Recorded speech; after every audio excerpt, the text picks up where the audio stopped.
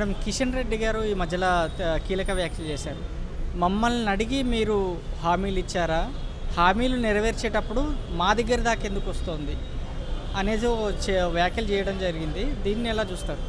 ఇప్పుడు కిషన్ రెడ్డి ఒక మంత్రి అయి ఉండి అలా మాట్లాడడం తన దిగజారుడు తనానికి ఒక నిదర్శనం అనుకోవాలి.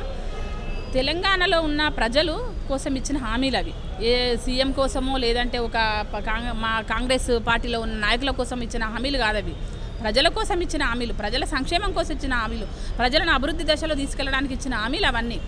నువ్వు ప్రజల దగ్గరికి వెళ్ళి ఓటు అడగట్లేదా అని నేను అడుగుతున్నాను. నిన్ను అడిగి హామీలు ఇవ్వడం ఏంది నాకు అర్థం కాదు. నన్ను అడిగి హామీలు ఇచ్చిల్లా అంటే నువ్వు తెలంగాణ రాష్ట్రానికి ఏం తెచ్చిల్లు? మీకు తెలంగాణ రాష్ట్రంలో ఉన్న ప్రజలు మీకు 8 ఎంపీ సీట్లు ఇచ్చిల్లు.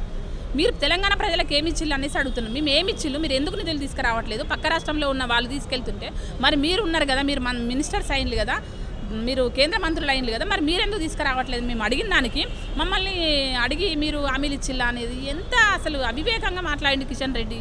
అది అర్థం కావట్లేదు. చాలా సిల్లిగా మాట్లాడుతున్నాడు. అంటే మిమ్మల్ని అడిగి మేమెందుకు హామీలు ఇస్తాము?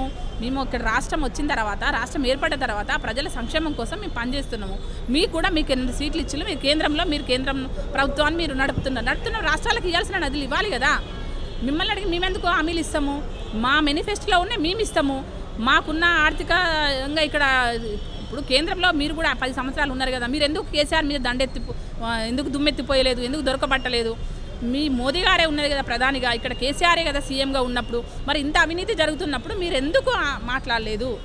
ఇవాళ మమ్మల్ని అడిగి హామీలు ఇచ్చిల్లా అంటే మాకు ఇచ్చే నిధులు ఇవ్వండి అయ్యా, మిమ్మల్ని ఏమో ఉత్తగా దారపోయమని చెప్తలేం కదా. రేపొద్దున మీరు ప్రజల కోసం మీరు హామీలు ఇచ్చినప్పుడు, ప్రజల కోసం సంక్షేమం కోసం మీరు నిధులు తీసుకురానప్పుడు మీరు రేపొద్దున ప్రజల దగ్గరికి ఎట్లా అడుగుతారని, ఎట్లా వెళ్ళి మీరు ఓటు అడుగుతారని నేను అడుగుతున్నా. ప్రజలు ఓటేస్తేనే కదా ఇలా మోదీ గారైనా ప్రధానిగా ఉన్నాడు, ఈయనైనా ఇవాళ కేంద్ర మంత్రిగా ఉన్నాడు అంటే ప్రజలు ఓటేస్తేనే కదా అని నేను అడుగుతున్నా. ప్రజల సంక్షేమం కోసం ఇచ్చిన హామీలను నన్ను అడిగిచ్చిల్లా, మమ్మల్ని అడిగిచ్చిల్లా అని ఎంత అవివేకంగా మాట్లాడుతున్నా కిషన్ రెడ్డి ఒకసారి తెలుసుకోవాలి మాట్లాడే ముందని నేను అడుగుతాను.